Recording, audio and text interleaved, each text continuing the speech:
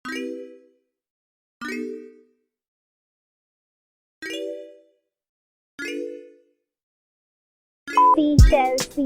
on the seashore. Physiological, mnemonic. Hey, what's going on everyone? It's me Bernie from Everything Dog, and today I want to talk about heat cycles in dogs and 3 things you can do to be prepared to help your dogs through this time. So first up, let's get some basics out of the way. What is a heat cycle? Isn't it the same as periods? Well, not exactly. Heat cycle in dogs are a little different from other mammals. Dogs don't exactly menstruate, but go through something called the estrus cycle. During this time, they experience physiological changes induced by reproductive hormones in their body and can last anywhere between 5 to 25 days. Female dogs generally experience 2 period cycles per year, starting from the age of around 6 months, but both of these things can vary depending on the size and breed of the dog. The start of the estrus cycle in dogs marks their sexual maturity and repeats in similar pattern for the rest of their life. During this time, you may notice a lot of different changes in their behavior. While some dogs become more affectionate, less energetic and clingy, others may be more aloof, anxious and grumpy. And when they experience this for the first time, it can be stressful for them. So it is worth taking the time to watch this video till the very end so you don't get caught off guard when your dog starts her cycle. I'm not going to talk about how to breed your dogs, as this video is more for pet owners to understand the changes that your dog goes through during this time. So if you do intend to breed your dog and want to understand how that works, this may not be the right video. A word of advice though, please do follow the regulations laid down by the authorities on how to breed dogs. Dog breeding in India is a mixed bag, with a lot of breeders following incorrect and inhuman practices. And if you want to know more, please watch the video I made on that just last week. I'll leave a link for you guys right here. So the first thing you can do to prepare is relax. While going through her first cycle, your dog will need a source of comfort, and this will most likely be their favorite human. So if you're stressed and not relaxed during this time, you may not be able to help your dog relax either. Dogs absorb the energies from the humans around them, and our demeanor has a big impact on their behavior. So if we are anxious and worried, there's a good chance that your dog will also be anxious and worried. Moreover, if we showcase anxiety and uncertainty, then your dogs may not see you as a source of reassurance and strength that they are looking for. This is a perfectly normal biological function that female dogs experience starting from the time of their maturity. Whimpering, whining, and howling are very normal types of behavior that you can expect during this time. There's nothing to be worried about really, and after a few cycles, your dog will learn to adjust better. It's normal for dogs to bleed during their estrus cycle, sometimes even starting a week before during their pre-estrus. People may confuse this to be menstruation, but it's really not. A key difference between a dog's estrus cycle and menstruation is that for dogs, the inner lining of the uterus wall is preserved by their bodies for a future cycle. So the discharge is not heavy and the bleeding doesn't really create a huge mess. Interestingly, the dogs almost always clean up after themselves. I know this sounds gross, but it is considered extremely normal for a dog to lick their privates while they are bleeding. And it's not harmful for the dog either.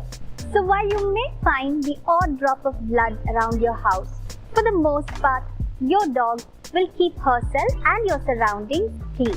So don't freak out when you find blood on your stuff. It's just part of the process.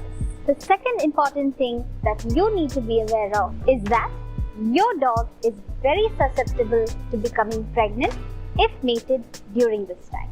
Your dog will begin ovulating around 4 to 6 days into the cycle. So if you don't want your dog to get pregnant, you need to ensure that your dog is not interacting with male dogs during this time. Although you may find this a bit difficult to do, as female dogs will be very eager to meet male dogs during this time. Many dog owners even complain about their dogs trying to run away from home. So taking extra precaution is an absolute must. A slightly open door, open windows, low balconies are all easy ways for your dog to slip out for a few hours. Also, because of the hormones produced by your female dogs, you may find that the male dogs near your house show a sudden interest in hanging out outside your door. These boys are patient and can camp for days near a female dog in heat, waiting for a chance to meet. Taking your dog for a walk during these times can be a challenge. So it may be worth considering alternate forms of exercise during this time. If you have more than one dog or pet, it is advisable to keep the female in heat away from the pack during the cycle. They can get very snappy during this time, resulting in unnecessary fights between your dogs. Moreover, they need the extra space, and keeping them away from your other pets gives them less to worry about, especially if you're living with a 50 kg Rottweiler. As you can imagine, in our home, even though Hugo is neutered and there's no risk for Heidi to get pregnant, we have to keep them separate during her cycle. Heidi is unapproachable during this time, and she just does not allow Hugo anywhere near her. She's even more feisty than her usual self. Poor Hugo whines and begs us to let him meet her. I'm sorry, boy, but no means no. I've spoken a lot about Hugo and Heidi's relationship in one of my other videos. So if that sounds like fun to you, please give it a watch. The link is on your screens right now.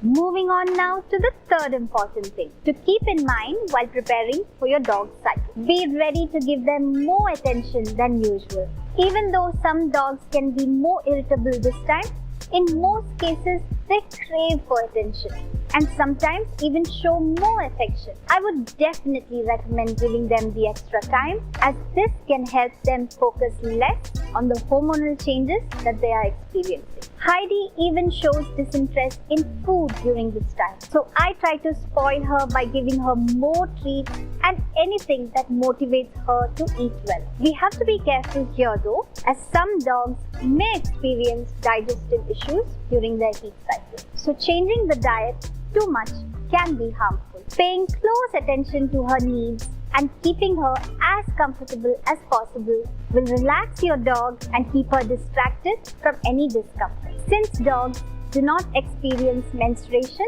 they may not have severe cramps either. I would advise using a hot water bag to warm up your dog's bed to relieve her from soreness. That is what I do for my Heidi girl, and she seems to love it. I'm not entirely sure if she experiences any pain during this time, but the warmth seems to give her a lot of comfort and makes her happier. Heidi becomes very anxious during this time and spends a lot of time on our terrace and on our balcony, howling and barking at the dogs outside. She shows interest in playing, but not as much as she usually does. I try to make her play as much as possible because it's a good distraction. She also spends more time sleeping when on her cycle and spends a lot of time alone looking deep in thought. Well, that's pretty much what I wanted to share with you guys. Your dog's heat cycle is certainly not a disease or a condition that needs treatment. However, it can catch new pet parents off guard, and it may be important to take some precautions so we don't have any bad incidents or surprises. I hope you found this video helpful, and if you did, please let me know by hitting that like button. If you haven't subscribed yet, then please do, and also consider sharing this video with your friends. Keep staying safe, and I'll see you guys in the next one.